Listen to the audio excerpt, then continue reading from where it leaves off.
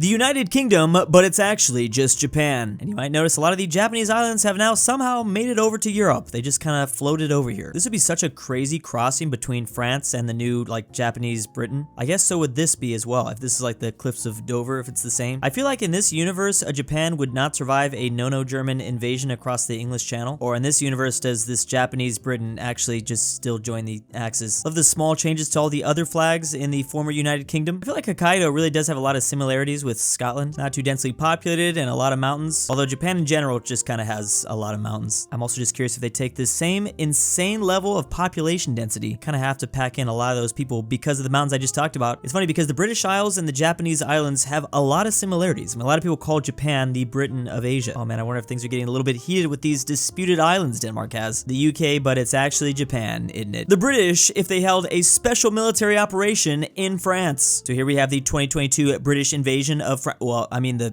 military operation. So not only did they do a second D-Day landing in northern France, but they also used the Belgian border to cross over, and with a two-front attack they began to siege Paris. They also seem to have eaten all of the island of Corsica. Or maybe they got this back in 2014 when they just took this from them. But from there they did like an opposite D-Day invasion from the Mediterranean. They grabbed a lot of southern France and they went all the way over into the bay. I think it's the Biscay Bay. What is it called? Biscay Bay, or maybe the British are actually calling it Biscuit Bay now. I'm now just actually curious how well Britain could do if this actually happened. I gotta admit, I think this is a little bit overconfident. Like, is France even trying? All their cities are also being bombarded too inside. Oh, there are also separatists inside of France, which might be making a big difference. This might be the greatest reference of them all, this sort of like Moldavian thing as Switzerland. So obviously this alternative history map is making a reference to the 2020 Russian invasion of Ukraine. But as you can see, there is something kind of similar going on. Russia and their kind of allies surrounding Ukraine. So if the British invasion of Russia is supposed to play out like the Russian invasion of Ukraine, like how much extra territory will they lose? Like how much would the advancement get stopped and pushed out? I'm pretty sure all the southern stuff is going to get pushed out by France. Maybe the British will just hold on to this for a second. I like how the side of Switzerland that's supposed to be allied to the British mostly speaks French. Yeah, let's not give them any ideas though. That's what I'm worried about. What if the state of Rhode Island, the smallest US state by land area, was way bigger? Its new name is now State of Manset and Providence Plantations, and we get a nice overview of all the counties for this brand new state. It looks like they got a lot of New York. So with this brand new territory that's just east of Long Island, New York, this is really doubled, I think, Rhode Island's size. Maybe even tripled. They got a lot of this stuff. They also have a brand new flag with it, and I'm down for that. Although, you know what? Rhode Island's flag right now isn't that bad. I like they kept the whole hope theme. Technically, can't we just make islands now? Like, we could totally just have this happen. If anyone deserves to double in size, we should give it to our smallest US state. Gotta love all these bridges across the islands connecting all the territory. There's also a nice ferry system that goes through here. You can easily connect to Connecticut and then back into this new Rhode Island island. Rhode Island island. Oh yeah, they do deserve an island. Now I'm just thinking about it. This is making me realize I really don't know much about Rhode Island. Every time it pops up, I'm just like, it's small. Oh, and also Peter Griffin lives there, which might be the most famous part about Rhode Island now. Hey, wait a second, where is Quahog on this map? What if the country of Algeria in northern France remained under France? Like, I mean, under France, it remained a part of the country. I realize it is still underneath France on the map. So the country of Algeria got their independence in 1962, which is actually some time later than some of these other countries like Tunisia and Libya, their neighbors. And the interesting thing about the colonization for France is that their territory was a lot closer to their like main European hub. I mean, their true territory in Europe. Like for the British, everything was overseas and it was pretty far away. I guess the closest stuff to them was Egypt. Like you can kind of see just like physically on a map why, you know, it's going to be hard for them to keep all of it. But France and Algeria, that's pretty close. I mean, it's like Italy and Libya, for instance. I feel like the closer the colony is, the higher likelihood you might have a chance to argue it's actually like a core part of your country. Then again, France was able to keep French Guyana somehow. So in this world map, they did somehow make it to 2020 with all this territory in Africa. And of course, they have their Corsica island right here to make a little jumping off point. Interesting that the African country of Gabon also wanted to stay under France. They were actually the only ones that voted to remain under the French. There, of course, would be a lot of cultural and faith differences though between these two, but this would almost double France's population with 44 million from Algeria. Not quite double, but you know, pretty close with France at 67 million. This definitely would have made the last few decades very interesting for the French. A map of North America if the Canadians joined the American Revolution. So not only do we have our 13 colonies, but we have our Syrup brothers to the north. They brought on Quebec and the Hudson Bay Territory. This is actually what we look like in 1776 as we were dividing up the states and getting our freedom from the British. Now the explanation behind why the Canadians didn't was just that they were loyalists and the Americans were revolutionaries. I'm sure there's several other factors than just that. So this would have saw the complete elimination of all of the British out of North America. Like they wouldn't even play a role here anymore, which is crazy. It would still be the Spanish in Florida and a lot of the Caribbean. Oh, and then the Spanish in Mexico, that too. Would there really even be a race for the Pacific? I'm sure there still would be. And of course we have the Russian colony of Alaska over here. Now the Russians originally sold that to us because they didn't want to make the British even more powerful. British who had control over Canada in our timeline, and the British who were probably way more of a threat to the Russians at this time as well. But in this universe there are no British, so I mean, do they even have a choice? I mean, do they just still sell it to us? Maybe it's not really that big of a deal. Oh wait, I've completely forgot about French Louisiana all over here. And is there even an 1812, like 50 years later, the British trying to get like their revenge? I don't think so. I love how Vermont just remains under chaos, complete anarchy. No one controls this. This idea has been done before, but it's always fascinating to me. The Americas, according to Call of Duty Ghosts. So we have the Federation down here, which controls all of South America and a lot of Latin America. Although there are a couple of Federation occupation zones, one of them being French Guyana, because of course, probably not happy with France over there in Europe. Then we have Panama, so they control the canal, and then Puerto Rico, which is our overseas territory. Then something really bad has happened to Mexico as well as Texas. And it's now the US's job to take on all of this. I can only imagine what the US president is feeling after taking a look at this map. I think I kind of already know. No one else is ever winning the World Cup again after this one. The Cold War, if it took place in 150 BC. So we have the Western Roman Empire, or the blue guys, versus of course the Byzantine Empire, or Eastern Rome, which I guess is socialist. Here we are in 150 BC, and we have communism rising up. There already is a Carthaginian Empire down here. I'm not exactly sure if they're like a democracy, or if this is just, I don't know. It seems to be pretty one-sided. Like the West here has a lot more territory. What kind of Iron Curtain would be falling around on this area? I think they need to take back a little bit more of Greece, or maybe like push the Carthaginians out of North Africa. Do they also have nuclear bomb capabilities? That's what I'm wondering. I can imagine the Romans with those. Oh, Karl Marx is actually an Athenian philosopher. I wonder what side all the barbarians will join in on. If the European continent had even more Slavs, and extremely Slavic Europe. Now for reference, here's a current map of Slavs in Europe. There's the Eastern Slavs, the Western Slavs, and then the Southern Slavs in the Balkans. But as you can see here, the Slavs have really expanded into East Germany, which I'm going to assume maybe this was done sometime during the Cold War. They just, I don't really know. They just all decided to take a little vacation over there. This universe also has a Slavic Prussia here. I'm glad this person kept the old symbol for reference. It's just overall like such a really cool flag. We also have the biggest Slavic population in Germany, known as Sorbia, and it's looking awfully like Serbia. Your dentist name is Krentis. I'm not sure if anyone's gonna get that reference. Now in this world, I'm assuming they probably can't just like merge all into one. I think it's just gonna be even more complicated. But could you imagine? By the way, really liking this Slavic bridge between Austria and Hungary. One thing's for sure, there'd be a lot more places with awesome music.